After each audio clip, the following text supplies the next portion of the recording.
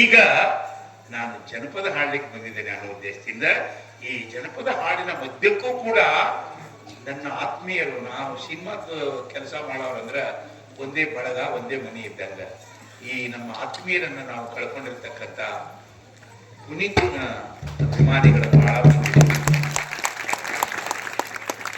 ಈ ಪುನೀತನ್ನ ನಾನು ನೆನಪು ಮಾಡ್ಕೊಳ್ಳದೆ ಕಾರ್ಯಕ್ರಮ ಸುಮಾರಾಗಿ ಮಾಡೋದು ಕಮ್ಮಿ.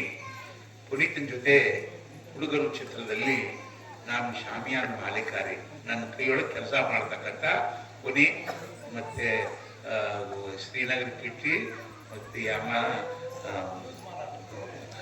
ಈ ಅದೆಲ್ಲ ಅದನ್ನ ಕತೆ ಬೇಡ. ಅದ್ರೊಳಗೆ ಒಂದು ಹಾಡು ಬರ್ತೈತ್ರಿ, ಶಂಭೋ ಶಿವ ಶಂಭೋ ಶಿವ ಶಿವ ಶಂಭೋ. ಇವತ್ತು ರಾಮಲಿಂಗೇಶ್ವರ ಒಂದು ವೇದಿಕೆಯಲ್ಲಿ ಆ ಶಂಭೋ ಶಿವ ಶಂಭೋ ಶಿವ ಶಿವ ಶಂಭೋ ಶಂಕರ ಮಹಾದೇವನ ಹಾಡಿರ್ತಕ್ಕಂಥ ಗೀತೆಯನ್ನ ನನ್ನ ಮಗ ರಾಜ್ಗುರು ಹೊಸಕೋಟೆ ಈ ಗೀತೆಯನ್ನು ಹೇಳ್ತಾನ. ಒಂದಿಷ್ಟು ಏನಾಗಿದೆ ಅಂತಂದ್ರೆ ಬಹಳ ಕಾರ್ಯಕ್ರಮಗಳು ಇರೋದ್ರಿಂದ ವಾಯ್ಸ್ಗಳಿಗೆ ಎಫೆಕ್ಟ್ ಆಗಿರ್ತೈತಿ. ಹಿಂಗಾಗಿ ಒಂದಿಟ್ಟು ತೂಕಕ್ಕೆ ಬರೋ ತನಕ ಒಂದಿಟ್ಟು ತ್ರಾಸ ಆಗ್ತೈತಿ. ಈ ಗೀತೆಯನ್ನು ಒಂದು ಬಾರಿ ನೋಡೋಣ. ಶಂಭೋ ಶಿವ ಶಂಭೋ ಶಿವ ಶಿವ ಶಂಭೋ. ಒಂಚೂರಿ